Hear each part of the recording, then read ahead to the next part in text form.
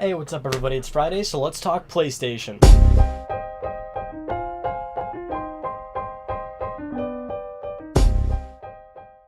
So you guys wanted more Final Fantasy 13, right? No? Well, you're gonna get more anyway. Lightning Returns Final Fantasy 13 was announced for the PlayStation 3 and Xbox 360, coming in 2013. It was announced at the 25th anniversary for Final Fantasy, and more Final Fantasy 13. So I get it. A lot of people don't like Final Fantasy 13.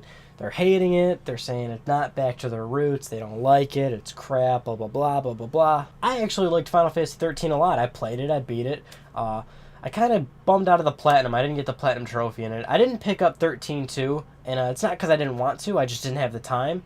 I'm going to get around to it, and hopefully when I beat 13-2, I'm also going to pick up Lightning Returns. So as the title sort of suggests, Lightning has come back, and the game's sort of based around this essence of time. So if you're looking at all the news stories regarding Lightning Returns, the game's all about the essence of time. The game is going to end no matter what in like 12 or 13 hours. The game has to end in 12, 13 hours, and you have to spend your time wisely. In fact, time is sort of a currency in the game that you have to use.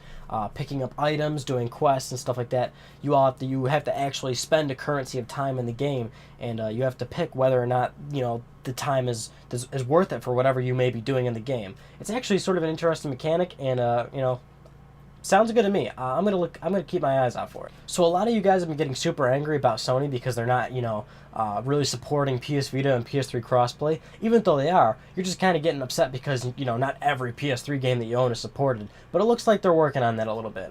They already patched, and it's live now, that you can remote play Ico and the God of War collections. So if you have the God of War collection or the Ico and Shadow of the Colossus collection, and if you put them in your PS3 and you start them up right now, you're going to be prompted to download a patch. Patch it, quit the game, go to remote play, go to your Vita, and you can start playing them through remote play. I find it kind of odd that out of nowhere Sony just patched these two random collection games. Makes me sort of think that they're probably going to patch more of the collection games to be able to do more remote play stuff.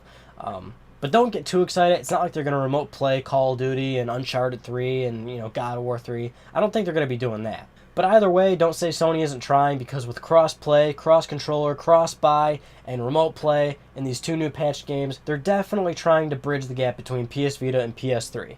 But while we're on the topic of collections, I would like to talk about the Killzone collection that was just announced. Killzones 1, 2, and 3 are all going to be on one Blu-ray disc, and Killzone 1 is going to be remastered in high definition. If you remember, Killzone 1 was supposed to actually come out on the PSN a long time ago, and it wasn't supposed to be out as a remaster. They were just going to put it in the PS2 Classic section.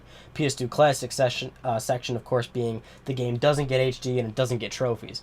But they delayed it, and I guess this is the reason why they are putting it in this collection. But, good news, because now that it's in the collection, it is going to get that HD uplift, and it is probably going to get trophies at this point. I'm probably in the ssame boat as most of you. I actually never played Killzone 1. The game was really under the radar until the PlayStation 3 when Killzone 2 and 3 came out, so I'm looking forward to buying the game and playing the hell out of it. So this news story I thought was actually pretty funny. Resident Evil 6, Polish copies of the game were stolen. Now, Capcom has confirmed this, and they said that small quantities of the game were stolen. What I find funny is, what do small quantities mean? Are we talking 3 or 4 copies, or like 1,000 copies? Since they're like saying small copies, it's kind of like comparing it to like what the game would sell. Like, let's say the game launches and sells 1 million, and like a small quantity of that would be like, I don't know, 1,000 copies or something like that. So what, did 1,000 copies get stolen? I feel like if 2 or 3 copies were just swiped off of someone's desk, then Capcom would just say, oh yeah, 2 or 3 copies of the game were stolen. But small quantities, in comparison to how many discs they probably printed of this game, who knows how many are out there.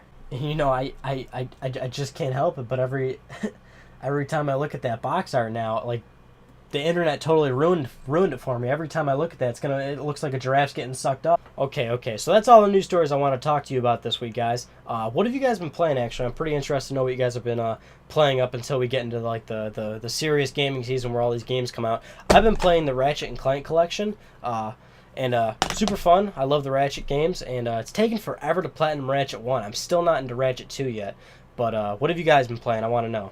That concludes this week's episode of Let's Talk PlayStation. I'm Ryan Benecki. Thanks for talking with me, and I'll see you next Friday.